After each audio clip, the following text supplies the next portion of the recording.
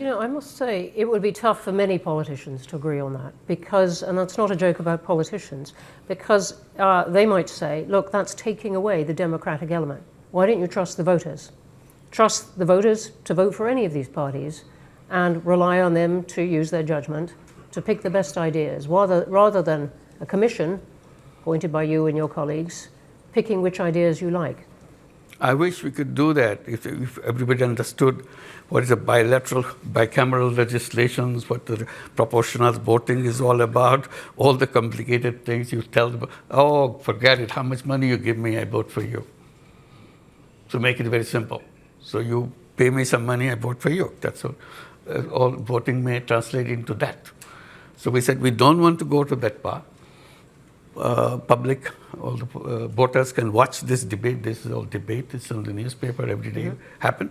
So ultimate aim, to make it short, ultimate aim is to get all those recommendations where all the parties agree, put it in a separate piece of paper. This is where all the parties agree. And then we celebrate all the parties signed that agreement. We call it July Charter. And we are waiting for July to come next month.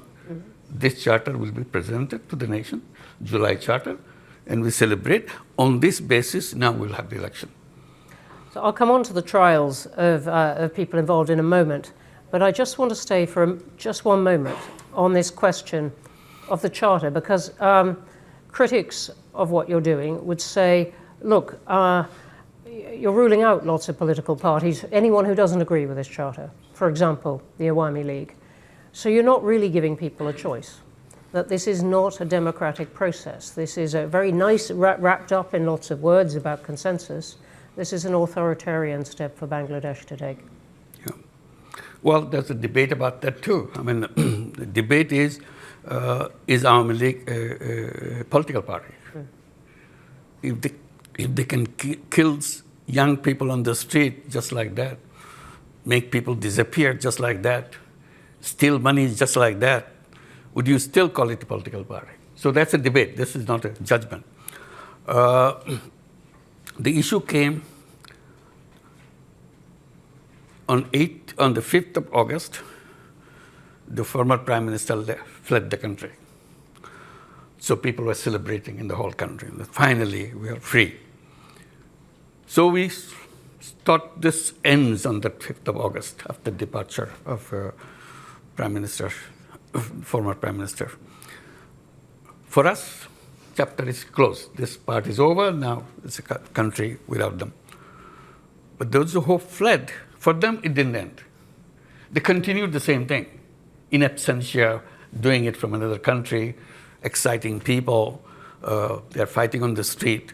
This is the 10th month now. None of that party has ever express this remorse. Sorry, our fault, somebody's ordered, somebody got killed, I'm not responsible for it. I feel terrible that I have to be part of that. None of them. So we are for them it continues. So for us it is ended. So we don't feel safe there on the street demonstrating, they're threatening the people who are already the leaders of this uprising.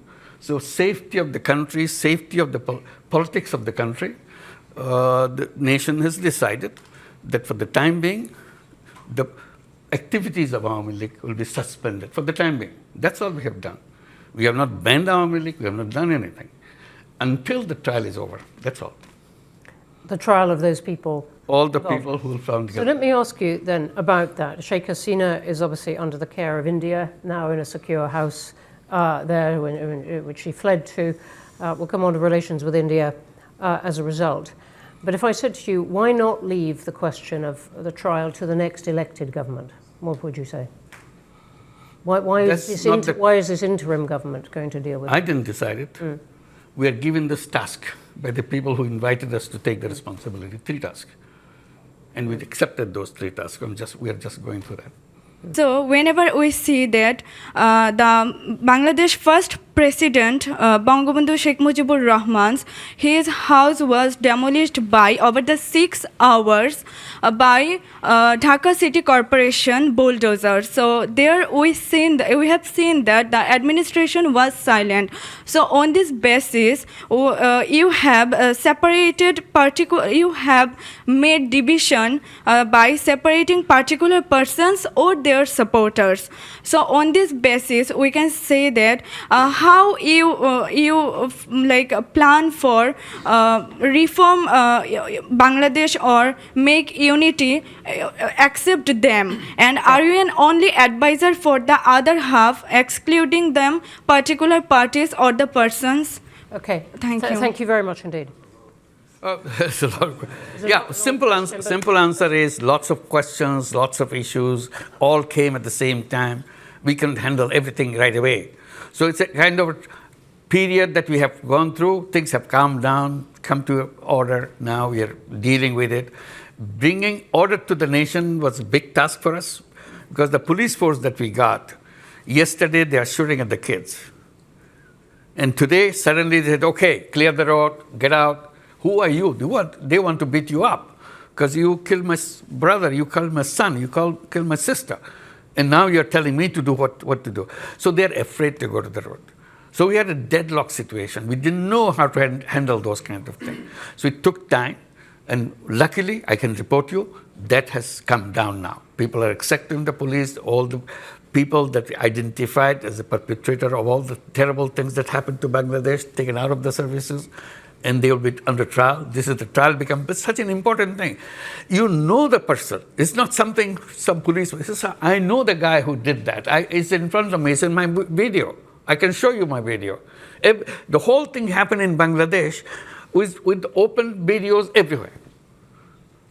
So all recorded. It's an amazing kind of uprising where every single event is recorded as it happened.